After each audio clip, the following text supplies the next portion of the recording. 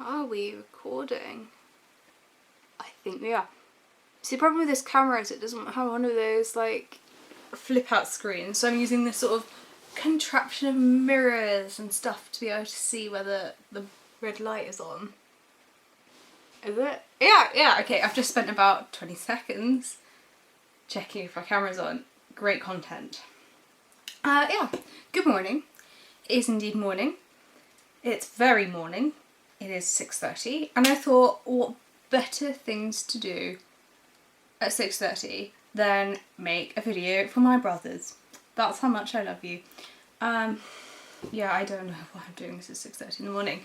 I think it's just dark outside, and sometimes when it's dark and you know you've still got a few hours of darkness, it's like really hard to find stuff to do in that time because you can't really go out. And especially today, it started snowing again, which is a real bummer because I thought all that was over with. Because it's been getting warmer. We've been in plus degrees for like the past couple of days, and it was all melting, and I was getting super excited because I thought finally I don't have to shovel snow or fall on my bum all the time on the ice. But no, snow is back.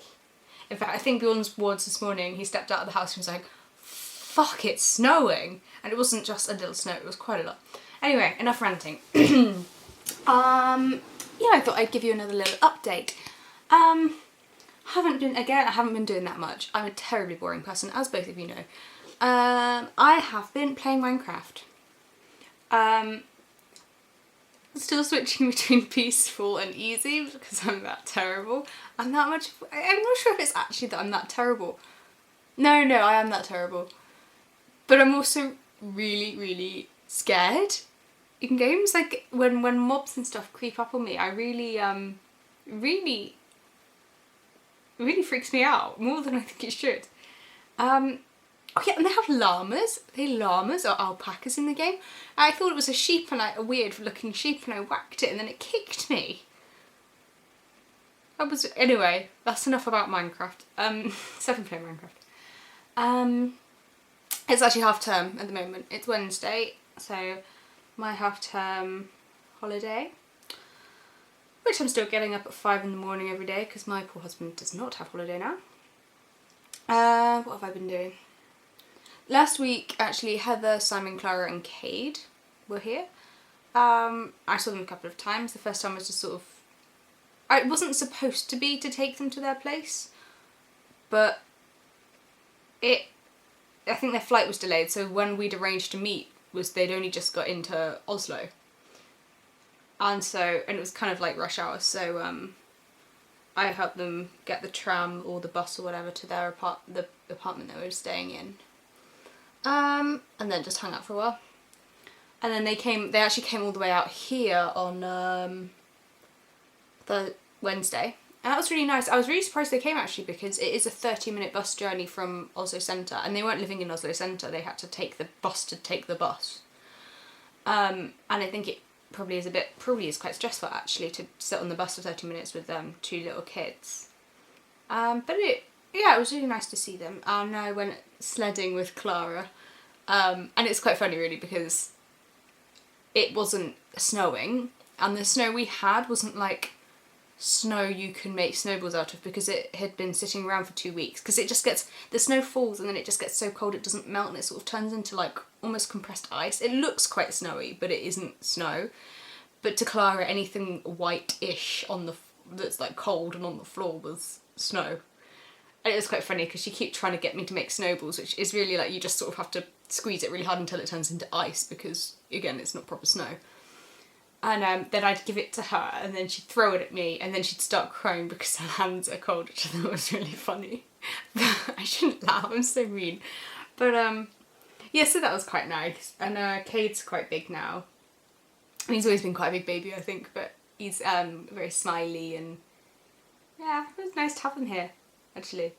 I had to child-proof my house a little bit. I guess I don't really think of these things usually, but yeah, so that was nice. What else have I been doing?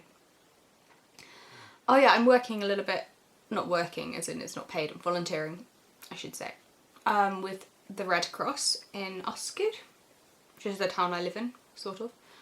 I I've sort of been waiting around on their list for a while now for something called a visit friend, I guess.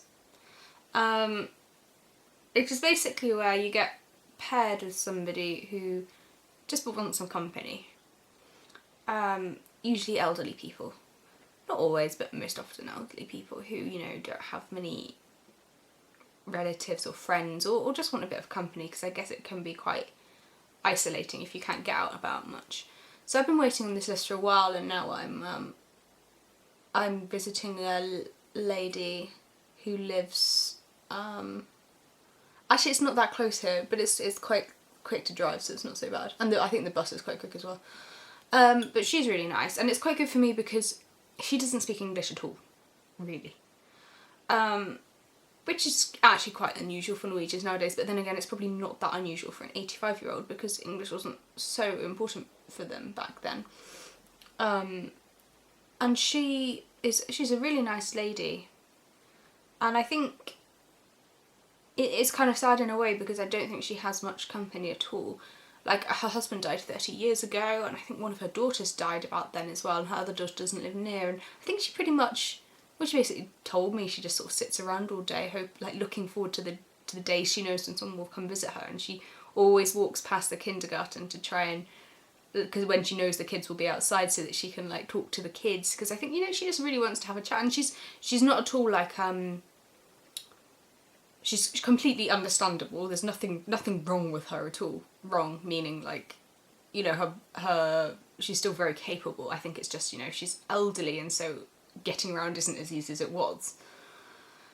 And what I mean is she's very easy to talk with and very easy to understand, because that was something that worried me a bit, because I knew she didn't speak English, which is fine. This is the whole kind of the reason I'm doing it from a selfish point of view, is to try and it's very good for me to speak with people who can't speak English but can speak Norwegian, because if I don't understand something, then they have to explain it to me in Norwegian, and I think that's just as important as that's even more important than understanding in English what they're saying, if that makes sense. If you can get an explanation of something in Norwegian and then understand what it was, it's better than trying to explain it in English, I think. And yeah, so I was a bit worried about being able to understand her, because quite honestly, I think sometimes elderly people in English can be quite hard to understand, just because sometimes they sort of like maybe their teeth are missing or something and they chew up their words. But no, she was just fine to understand, and very interesting woman, and I'm actually really looking forward to seeing her again. I think I'm seeing her on Friday, maybe. So yeah, I'm looking forward to that. Yeah, so I've been doing that, and it will hopefully help me with the speaking a bit, or at least even if I don't speak that much, I'll understand. Hopefully I'll understand more and more the more I talk with people. That's the idea, isn't it?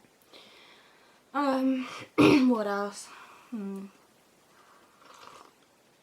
Is it Nithering content, watching me like babble on about my really boring life and eat my breakfast at the same time? Yeah, I've got a little bit planned for today. So it's like, oh, it's since 6:45. 6:45 now, and I am going to leave at about 8:30 to go to the library in Askerd. And I was going to drive, but I'm not sure I will actually, because we're parked in a really dumbass place at the moment. And it's like I'm going to have to pave a way in the snow for my car, and I just cannot be bothered. Because I think it's a private road, so the snow ploughs don't go down there. Yeah, I just can't be arsed with that. So, I think I'll take the bus. And I'm basically going to go in the library all day and meet my friend, who's the only person I know who is taking this Bergen's Norwegian test thing, Bergen's test. I'm starting to freak out about it now, because I don't mean this in like a big-headed way, but I've never failed an exam. Ever. Nor have I ever taken an exam which I'm likely to fail. I don't mean that in a big-headed way, but usually I guess I'm just quite lucky in that I could put minimal effort in and usually come up with a good mark-ish, like goodish mark. There was never ever any worry that I would actually fail. It was more like I'd get worried over whether I'd do really well or just like, okay. And that sounds really like oh, look at me, I have so many problems, I've never failed an exam. I don't mean it like that. But I just mean it's a new thing for me, because this exam I'm not sure I'll pass, actually. There's parts of it which one day I'll feel okay with, and I'll do a practice paper or something, and I'll do okay. And the next I'll just do complete shit on it. I'm like, I don't understand how that happens.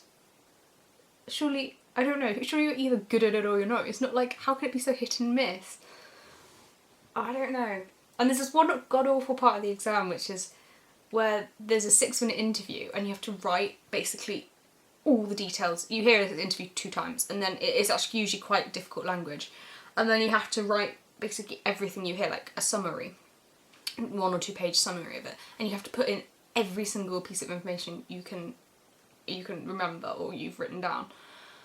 And the first one I did, I wasn't expecting to pass the first one, because they're like, it's kind of almost an acquired skill to think and write at the same time in another language. I find that hard enough in English to multitask, let alone in Norwegian.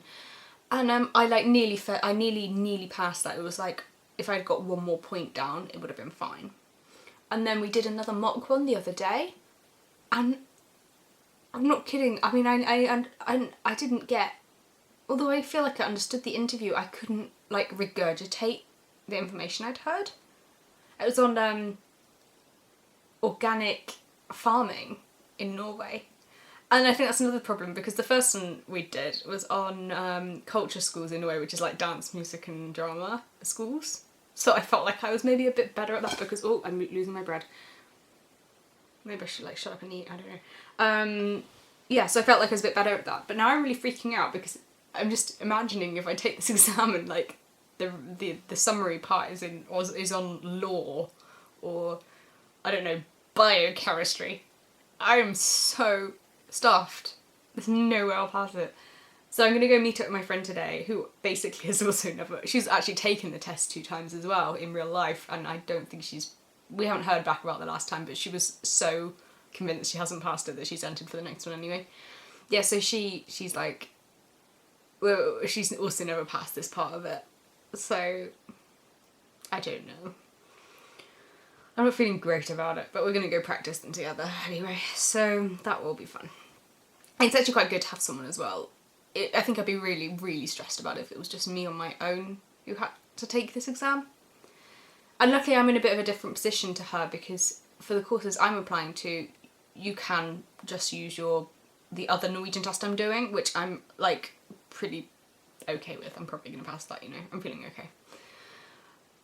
But I think she just needs this Bergen's test, which I think is probably a lot of pressure on her. So I'm kind of, it's nice to have someone who like feels the pain anyway, so. But yeah, so I think that's all I have to say really. I mean, it's probably like a 30-minute video or something stupid. I'm sorry, I waffle so much and I can't help it. Yeah, we should definitely do that Skype thing that Neil was mentioning in his video. Yeah, I'm pretty sure you can do 3-way video calls. So, we'll have to set that up. We should also play some Minecraft, because I think Bjorn's going to set up a server soon. I know you are as well, Neil, but he doesn't trust you, so... He's always like, oh, it's fun playing with Neil, but like, I don't trust the server to still be there in half a year. So, and I think he quite likes to dip in and out of servers. So like, because I know the whole point of the other server was that you wanted people to be playing all the time, which is why you stopped doing it. I understand that completely. But I think he was quite surprised when he tried to get back on it, like, because he took like 4 weeks break to play another game. He sort of does that, like, plays games in bursts. And I think he was like, but what happened to it? What happened to my big hole? So, yeah. Yeah. I think that's about all. I am now going to go and eat my breakfast, seeing as I actually haven't taken a bite out of it yet because I was too busy gabbing. Right, well, hopefully speak soon. And I guess it's not a good holiday for you. I was going to say have a good winter break, but I suppose it's probably not for you, so bye then.